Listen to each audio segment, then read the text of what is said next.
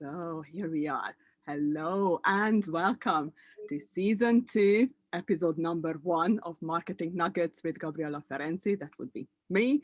I'm a German and Hungarian language teacher, language coach. I'm based in London in the UK, and I run a boutique language training company here. It's called ProLingua Global. And I specialize in working with corporate leaders in the financial services industry.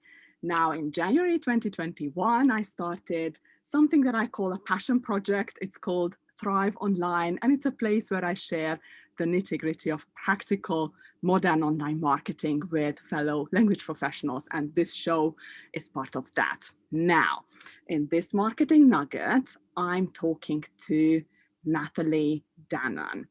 Nathalie Danon is an award-winning language entrepreneur, business coach, and mentor for us language professionals, including myself. I'm also part of her mastermind group, and I've been to several business workshops and all sorts of programs that she organized. She's the founder of the Vici Language Academy. They are based in Berkshire, but they also have a branch in France. Vici Languages France, I believe. Right. And she also have a corporate branch of her business, Language Academy. It's called Vici Language Dynamics. That's right. Now, Nathalie regularly organizes all sorts of business workshops and networking events specifically for us freelance language professionals who run our own businesses. And I'm also there whenever I can. I'm attending and I'm all on for it. Nathalie, welcome. Thank you so much for accepting. Thank you very much for having me.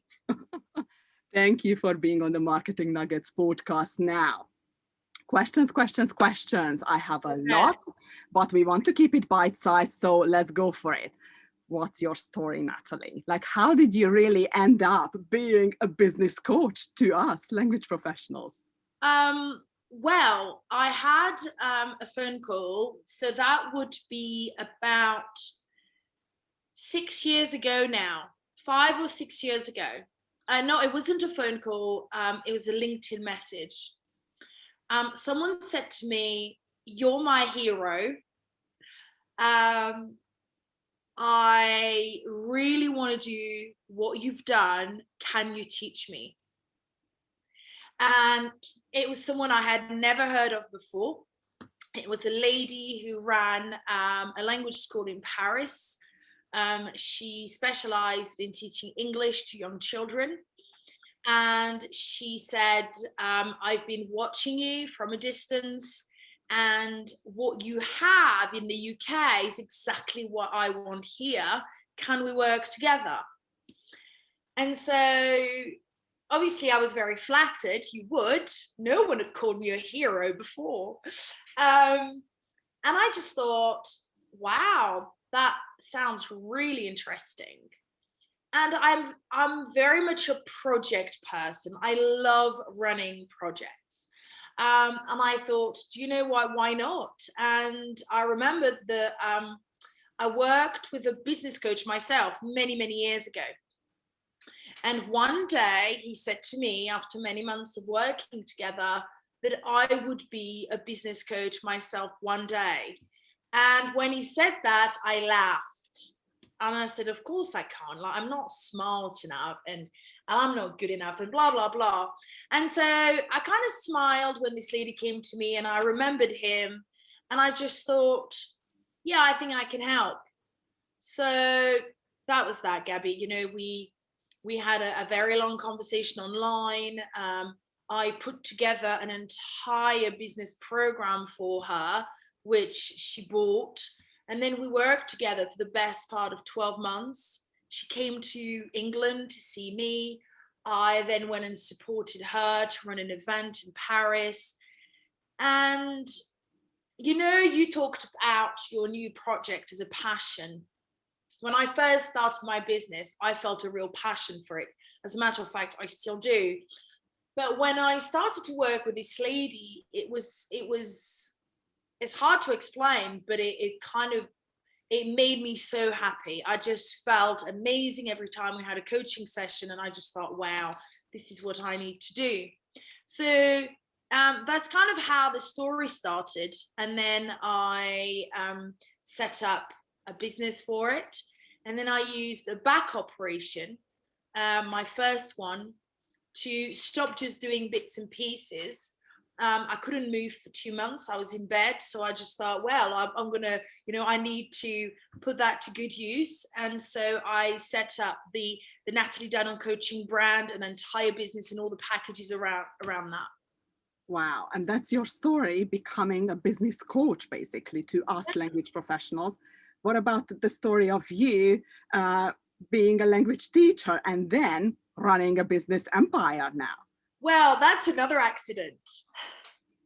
It was never my intention to be a language teacher. Never. I remember my sister saying, I only have one sister, she's 4 years younger than me. And I remember her saying when we were young that she wanted to be a teacher. And I used to say, why do you want to do that? I mean, it must be so boring. You repeat the same stuff over and over again. And I loved learning English at school. I wanted to speak very good English. I studied law. Then I realized that what was more for me was kind of international trade, that kind of stuff. So I trained in that as well. And then I landed in the UK a little bit by accident. And I started working as a sales and marketing assistant. But I worked for 2 companies and they weren't particularly exciting, bit dead-end jobs. And I just thought, I didn't think of leaving, because it wasn't that easy for a young woman who had no connection and no family to find a good job. But I just thought, I can't really live on what I earn. I need to earn a little bit of extra money. What can I do? And I just thought, what is it that I'm good at? I remember thinking that 20 years ago. And I thought, well, I'm not really good at anything, but I can speak French and English, and I love children. So maybe I could teach French to children.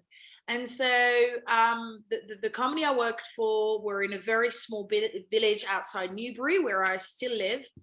And I put a little ad, in the village shop. Because, by the way, I am that old that you didn't just go online, you didn't have Facebook. So I created a little ad and I put that in the village shop where I was paying, I think, 50p a week for my ad to be live. And then I had one phone call. I didn't have 2, I didn't have 10, I had one. One phone call of a lady who said, I've seen your ad. I think it's a great idea to introduce children to foreign languages at a young age. I've spoken to some of my neighbors and it's, 3 families, 6 kids. Would you come to our house once a week and teach French to the children? And I was so happy. But can I just really be honest? They paid me like £40 to be there for maybe 2 hours or an hour and a half. Now, for me, based on the money that I was earning in the office, was so much money. I mean, that was like my weekly shop sorted. So I was very excited about the money. And then I started teaching the children and I just adored it. And I just became obsessed with it. I couldn't go past a shop, like a charity shop, without buying things and imagining how I could teach French to children. I couldn't read a book and just completely transform the story to make it bilingual for the children. I just couldn't focus on my job anymore, which wasn't so exciting anyway, but I just couldn't focus on my job. I was just constantly thinking about how I could make my lessons really interesting for the children. And one day I was teaching them. It was every Tuesday evening, and it honestly, it was just like an epiphany. I just stood there and I thought, this is my calling. Like, it's not to work in the sales and marketing department. It's not to travel the world. It is to teach French to young children. And so I quit my job and I started to go and sell myself to schools that I could run clubs. And then I trained on the side because obviously I didn't know how to teach. I wanted to learn. And that was that, really. So it's a complete fluke. It's a complete accident. I just needed extra money. Wow, what a powerful story, and really inspirational, and the passion just, you know, it comes through the screen. Honestly, it's just mind-blowing. But then listen, you grew it beyond yourself. So you work with lots of, and you don't teach anymore, do you? No, occasionally if I'm needed, but I have people working for me who are way better teachers than I am. There you go. And I'm assuming that in order to get to this point where you are now, you did need business support and business coaching. Oh, yeah. I wonder, like, what was the point when you realized, okay, I actually need business education in order to move forward with myself and with the business? I think that, so when I started the business, it was all based on common sense. You know, I bought lots of materials. I bought a license to use some teaching materials. And then, you know, my parents ran their own business. They were hairdressers. I heard many conversations in the evening about how to run a small business. So for me, it was kind of second nature. But it was all about sweat. You know, it was all about hard work, and it was all about common sense. It wasn't about business knowledge. So the first part of that new career lasted for 6 years, when I went into schools and ran clubs and Saturday morning in churches and community halls, and then people asked me for private lessons in their home, and then I sometimes had a few tutors working for me. I did this for 6 years, and then after about 4 or 5 years, I realized that I still loved my job, but there was just something missing. And I started to dream about having my own place where I could welcome my students, a place where language and culture could meet, a place where we could buy lots of different resources to give people really personalized language training. But, you know, it's like a lot of business dreams or dreams in general. You kind of think, yeah, well, that's not really for me. And, you know, I don't have any money, and there's no big inheritance coming my way. And, you know, and I don't come from the big business schools. And so I didn't know if it could ever become a reality. And then one day I met a guy called David who ran a martial arts school. He's still a very close friend of mine. And another accident, I inquired for my son. And then I ended up training in his martial arts school, and I really loved it. And I just thought, this place is run really well. You know, it's not just a club. This is a full-time professional martial arts academy, you know. And then he, one evening, he had an information evening for people who wanted to be, who potentially wanted to be instructors. I didn't want to be instructors, but I thought perhaps it would be of interest to my husband at the time. So we went. And then when we were there, he talked about a business program that he was doing. So I approached him and said, can I, you know, those skills that you teach people, is that transferable to another business, another skill? Clearly, as your customer, I'm really liking what I'm seeing here. You've got a great organization. It's high quality. It's very sleek. People pay a lot of money to be here. It's clearly working. I want to know how you do this, but I don't want to do martial arts. I want to do languages. So he said yes, and he started training me. So he was my business coach for about 12 months. And that's, if you like, to answer your question, is I knew then that I couldn't progress from just being a one-man band, getting work, you know, kind of organically and through referrals, to opening a full-time professional language academy without understanding business a lot deeper. That I understood that I had limitations. And so running a small business on my own as a one-man band, because I come from a family where people run their own business, and because I'm very hardworking, and because I was so passionate about what I was doing, that worked. But being from that, deciding that I would run a full-time professional language academy, I mean, those skills just weren't good enough. So then I knew that I had to invest in business coaching. So I invested in business coaching with David for 12 months. And you continue to do so, from what I understand. Yeah. It's like it's a Never never-ending stop. journey. You don't, when you run a business, you never think, I'm there, I don't need to learn anymore, because there's always something different. You know, I needed to learn about the process. I needed to learn about running a business based on a solid business system. You know, later on, I needed to learn how to deal with staff. Then I needed to learn how to scale my business. There's just so much. You know, marketing, you know, that's your thing, for sure. You'll know that better than anyone. You cannot think for 1 second that you've learned about marketing, you know, because marketing is evolving all the time. So I just think that I don't know how it's possible to run a business without constantly investing in your skill and knowledge and advice and guidance, because you need all the skills and all the knowledge. You can't do it on your own.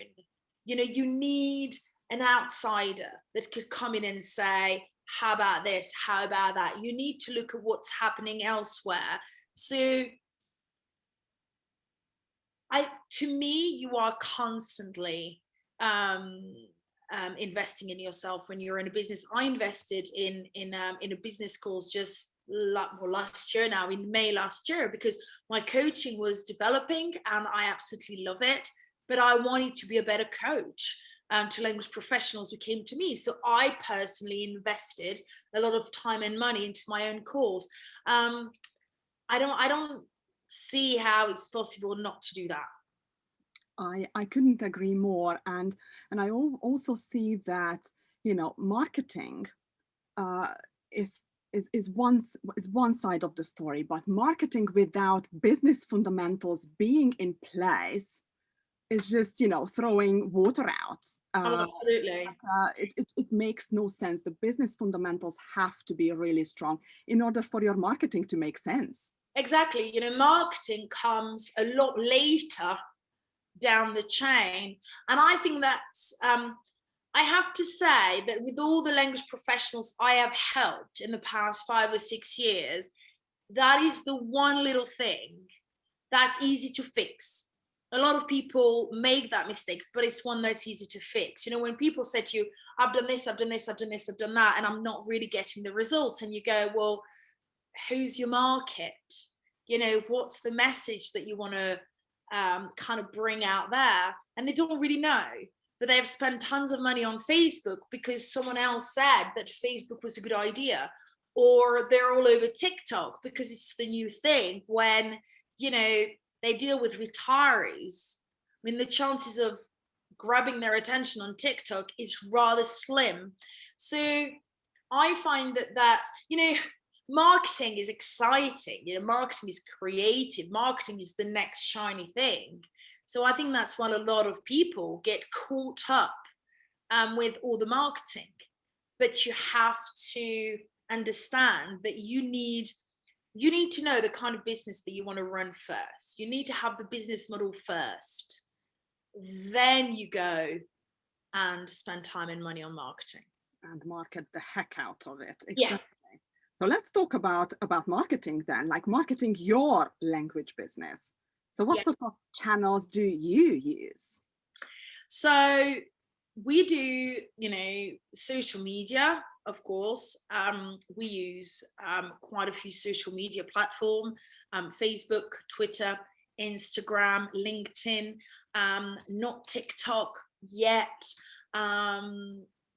So we are, I want to say, regular on social media. We post regularly. We're not all over it all the time, but we try to be constantly visible with stuff that's of interest to people. It's not always about selling. We also have quite an important marketing database, so we send quite a lot of email marketing. When I talked about social media as well, we pay for social media advertising. I think that and I am absolutely not a social media expert, but I think that, Facebook has become a commercial platform way more than a social platform. And I think that, if you want to be seen as a business owner on Facebook, just posting on your page, it's just not going to cut it, I'm afraid. So we do that. We do email marketing. We do a lot of networking. When times are slightly different, we organize a lot of events. So we try to have a community around us that follow us and will eventually buy from us. Different language company, different business model. Mine is very much boutique language academy. We're not looking at, we're looking at working with about 200 students at any given time. So it's really small to other large companies, but we don't aspire to be a huge language training translation agency. That's not really how the model works. So, I want more students, but I think that the way that our model has been created, I think it's perfect for 250 to 300 students, for example. And so organizing events is still something that we can do. We do them at the academy. We've done some online, but probably email marketing, social media, and networking are, most probably like the three big marketing pillars that we have. Really, really interesting.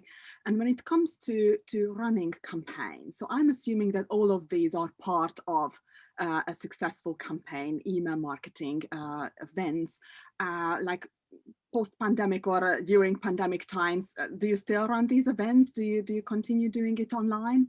Yeah, we do everything online. I mean, I've invested way more in marketing since the pandemic started, and we've suffered financially a lot. But I think, as I've written in one of my blogs, I think last week or the week before, it makes no sense to stop investing in people seeing you at a time when the marketplace has become crowded. There's language tutors and language companies everywhere. I see them on my Facebook feed. There is one just maybe less than an hour down the road from me. They were really traditional, never touched Facebook before. Now they're on Facebook. So we weren't competitors before, now we are. So, you have to be visible all the time. So we have not stopped the marketing during the pandemic, but we have adapted our marketing. So clearly you can't just, a cultural event that includes wine and food that we would normally organize for our members, which is still marketing, by the way. I don't know, that's maybe another topic for another day, but I don't understand why companies stop marketing their own clients. If you want to keep bums on seat, you got to make sure that they want to be there. They want to be spending money with you. They feel good giving you their money. So you mustn't be shy to organize events for your own clients. It's going to cost you money and it's going to cost you time, but that is the price of keeping them in the seat. And it's costs way less than having to pay to acquire new students anyway. But yeah, to answer your questions, we've run,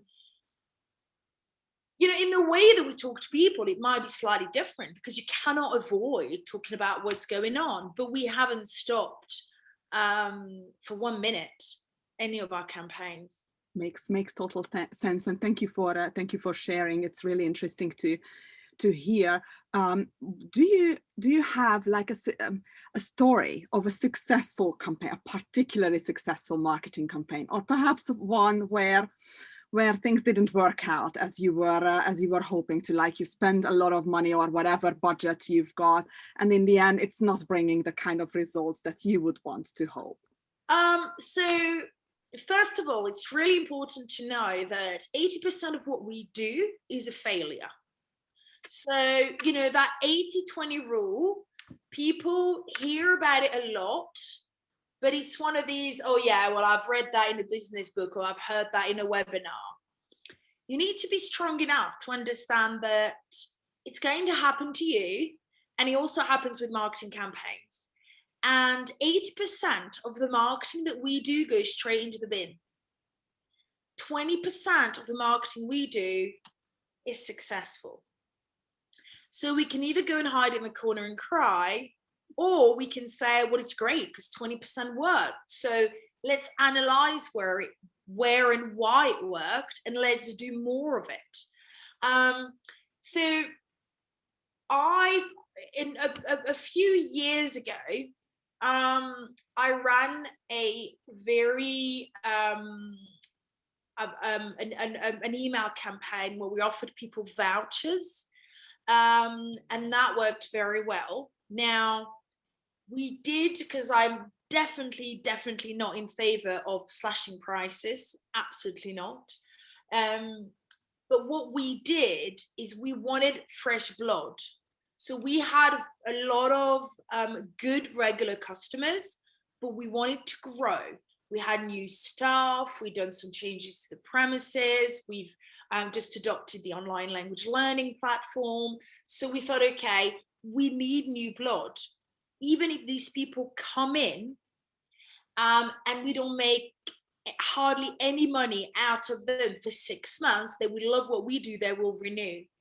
So we ran a big email campaign offering vouchers, and in less than 2 weeks, we made over £8,000 worth of sales, and that cost me about 2 emails. However, it wasn't even a long campaign at all.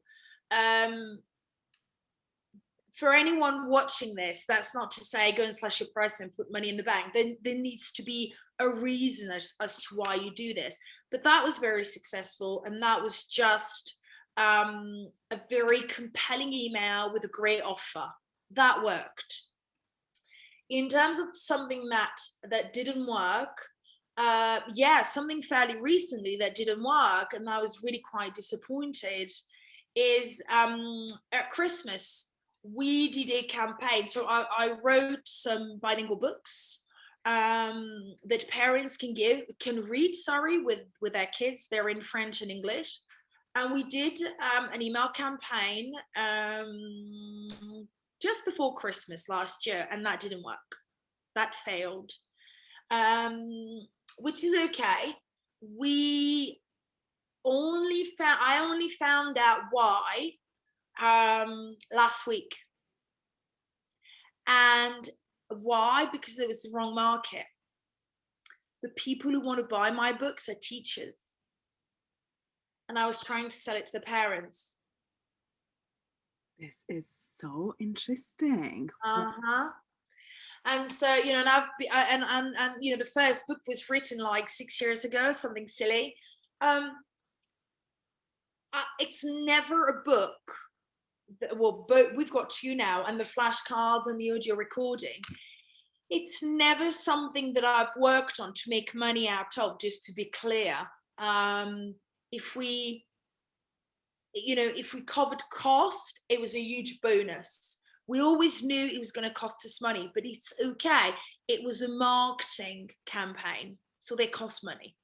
So I wrote these books more as a kind of business cards for parents who wanted their children to learn foreign languages, and that worked. We didn't have thousands of new students, but we had a few.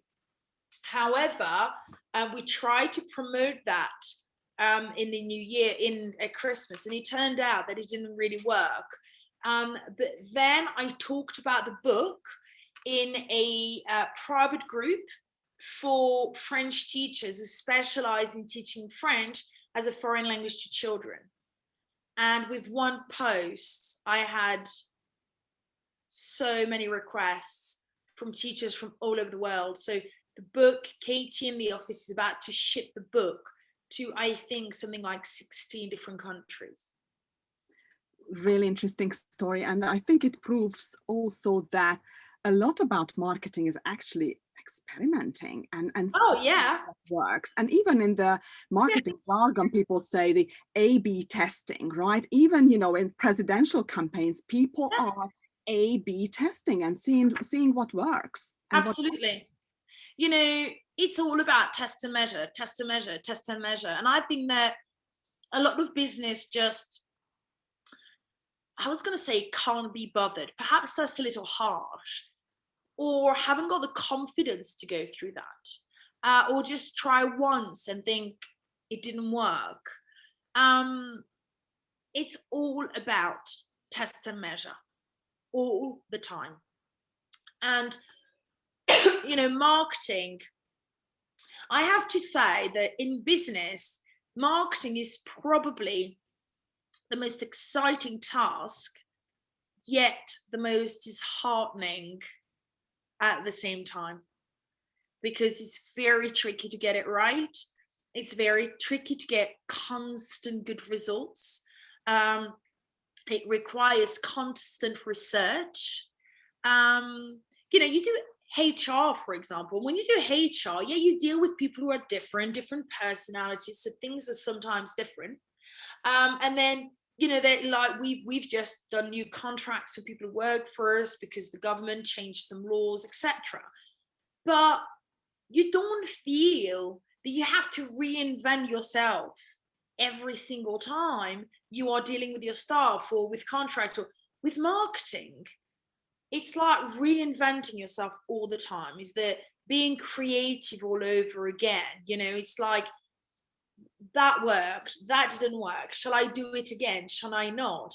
And what I would say, I think something that we as business owners tend to do, which is wrong, is we tend to sometimes ignore stuff that we've done that have worked. We don't do it again. I said that to something I've learned the hard way. It's like, well, why are you moving on to this? You've done that and it worked. I shared that with a coaching client of mine the other day. You know, she had done an event online. She got 2 new clients, her ideal clients. And then she talks to me about this in a newsletter and da da da. And I'm like, when was the last time you were in an event like that? Oh, that was only last year. So you've just told me that you need another 3 clients and you're happy. You got 2 last year. Why are you not doing this again? I think we're all a bit guilty of that. I guess we are. I guess we are. Thank you. Thank you again. Like very important lesson. Listen, let's move on, because there is something that I really want to talk about and pick your brain. And it's about, well, doing it yourself as opposed to outsourcing or delegating tasks. Mm-hmm. So, well, like the question is, like at the moment, like what is it that you do yourself when it comes to marketing your language business or your coaching business? Mm-hmm. And what are the bits and pieces that you would prefer to delegate to someone, a specialist or an agency or an employee even? Yeah. How do you decide which ones to keep to yourself and what are the ones that are better executed by others? Well, I think the straight answer is that I've learned to understand what I'm good at and what I'm not so good at. So there is no point trying to keep doing stuff that really aren't part of your strength. You are damaging your business. You're trying to save money, but you're damaging your business, you're damaging your reputation, you're making your life much harder than it should be. So I think over the years, I've done a lot of, you know, work on myself. I know what I'm good at, and I know what's not really my forte. So if it's not my forte, I delegate. The second thing is the growth of the business. I think that it's crucial to understand that if you want to grow your company, you cannot do it alone. So thinking that you can do everything because you're very hardworking is a mistake. You'll end up doing everything, but the results will be mediocre because you cannot just do a little bit here, a little bit here, a little bit here, a little bit there. It's better that you focus on something that you can do very well. So you need staff at some point. If you want to grow your business, it's just not a choice. So you will need to learn to delegate. And I know that for a lot of small business owners, delegating is like, oh, I can't possibly do that. I do that job better than anyone. No, you don't. You absolutely don't. So there are plenty of people out there who can do that job very well. People sell their companies, and these companies still carry on working very well, and the owner has left the building. So no, you're not the only one who can do that job. The last thing I would say is people just need to get over that delegation mode. But that's such a vast subject. I think that in business, you need to know a little bit about everything. Then you need to go look at what you're very good at, and you keep doing this. And then you delegate the rest. I think it's very dangerous to have pillars of your business that you are completely ignorant about. That's very dangerous. That was me with accounts a few years ago, and I have learned the lesson the very hard way. So now I actually know quite a lot about accounts. I won't do it because I'm not qualified, because I'm really not good enough to do something like that, but I understand it. HR. If I hire a new member of staff, I will go to an HR advisor. I will go to our employment solicitor for contracts and for advice, but I know enough about it that I know what's going on. So to me, that's really what it is about. It's about understanding your strengths and weaknesses. It's about outsourcing what you're not good at when you are actually damaging your business, when you could spend so much more time and energy growing the business. Or you don't have to grow it, make it better, whatever it is that you want to focus on. And then just get over the delegation bit and stop thinking that you're the only one who can do it, because that's just not true. What would you say is your forte when it comes to marketing? Risk. Wow. I take a lot of risks, and I'm okay to take a lot of risks. So that's probably why I find a way. And resilience, that's my second biggest thing. Whenever I fell flat on my bum, I got up again and tried again. And so in marketing, that has been the strength. And quite frankly, I have always surrounded myself by good marketers. We have a marketing company we work with at the moment. To me, the combo that I like with marketing is this: I don't think that you should entirely delegate your marketing, because I think that the marketing, there's, the culture of the company is into marketing. Most of us language professionals run quite small businesses. And so, we run them with our guts, we run them with our passion, we're there all the time. And there's an element of flair there that no one can replace. So, and there's also, where do you want to take your company? Do you want to keep it? Do you want to retire in it? Do you want to sell it? So all of that, only you are the master. And all of that will be transparent in the marketing messages that you put out there, in the branding, and that's you. So that no one else can replace. But you can so that's the one part of the combo. And the other part of the combo is surrounding yourself with people who know about marketing. So that's what I do. I don't let anyone else decide on the marketing that comes out of Vici. But I have a marketing company I use, and we go to them, on a monthly basis, and they give us advice, and they can tell us about what's happening on Facebook at the moment. And I can say, I want to do this email campaign. What do you think? And they will help us. And then I have my marketing assistant, because I can't do all of it. We test and measure so many different things. We have very small marketing campaigns. We have big ones. So then I have Jana, who's there to help. So we implement a lot. So to me, the combo is you have to be the master of your marketing when that company is yours, because there's some DNA there that no one else can replace, and that will just go through the marketing veins. You cannot ask someone else to do that for you.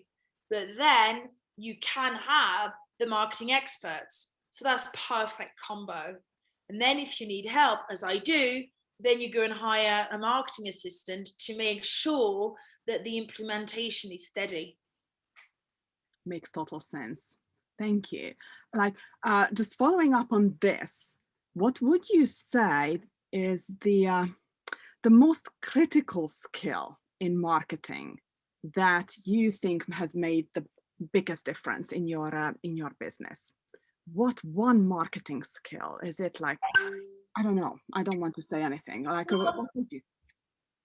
I think it's imagination. Oh, wow.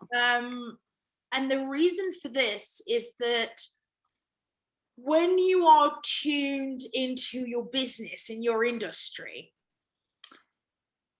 your imagination takes you places, and you will listen to a podcast, you will watch a webinar, you will listen to an audiobook, you will see how someone else is doing, their marketing, you will watch an ad on TV, and your mind is constantly switched on, and your mind starts to wander, and your imagination takes over, and then you start to think about ideas for your own business. So I think having a vivid imagination is a good thing. However, to me, the one crucial skill is implementation. So to me, being organized and implement is crucial, because imagination takes you places and gives you wonderful ideas. But if you don't implement them, your marketing means very little. True. Vivid imagination and then implementation. So make sure that it gets out, that it goes out there where it should. Exactly. And then you need the resilience in case it doesn't work. And then so you see all this stuff we've talked about before, it's like you go back there again. Because it's a circle. It's like that all the time. All the time, never ending journey. No. Okay, well, final question, believe it or not. If you can give us language professionals just one piece of marketing advice, what would it be? So it would probably be something that I've learned many years ago, which is really think about your market first. Who do you want to work with? Then think about the message that you want to send those people. What do you want them to know about you? How do you want to entertain them? How do you want to send them information? How will the other day in the mastermind, we talked about brand persona. The message to your market is very much like that. A message is going to hit them with your name on it, with your company logo. What message do you want their brain to perceive? Then, only then, should you decide what marketing activity you do. So it must always be in that order. First, you must decide who you want to work with in the language industry. Then you need to look at the message you want them to receive. And then once you've established this, you decide the different medias that you're going to use for this message to go across to them. So we are coming back full circle, and basically we are reiterating that it's about the fundamentals. The fundamentals, the business concept, it has to be solid, it has to be in place, and only then can you go on and market yourself. You know what they say, business is easy, like it's simple, sorry, it's not easy, but it's simple. And I know you read a lot of business books, and so do I, and all of them will come with a little nugget or a different way to make you think about something. No one invents anything new. You know, it is really all about the fundamentals and how you grow from there. Loved this conversation with you, and I could go on forever. Thank you so much for all these. You're welcome. Thanks for having me. For all these valuable insights and the wisdom that you shared. And we will include Nathalie's links in the podcast notes, so do check them out and make sure you follow her work. And I really hope that this conversation was both useful and applicable to you in your language business. Again, my name is Gabriella Ferenczi, and if you want to get more bite-sized, easy to digest episodes on practical modern online marketing, then make sure you subscribe to this podcast channel. And for more resources, you might want to visit gabriellaferenczi.com/thrive online, which is where I share even more. All these links are available in the podcast notes. And so thank you. Thank you very much for listening and for tuning in. Nathalie, thank you for being here. And for those of you who are following our channel on YouTube, thank you very much for watching. And I will see you next time. Take care and bye now.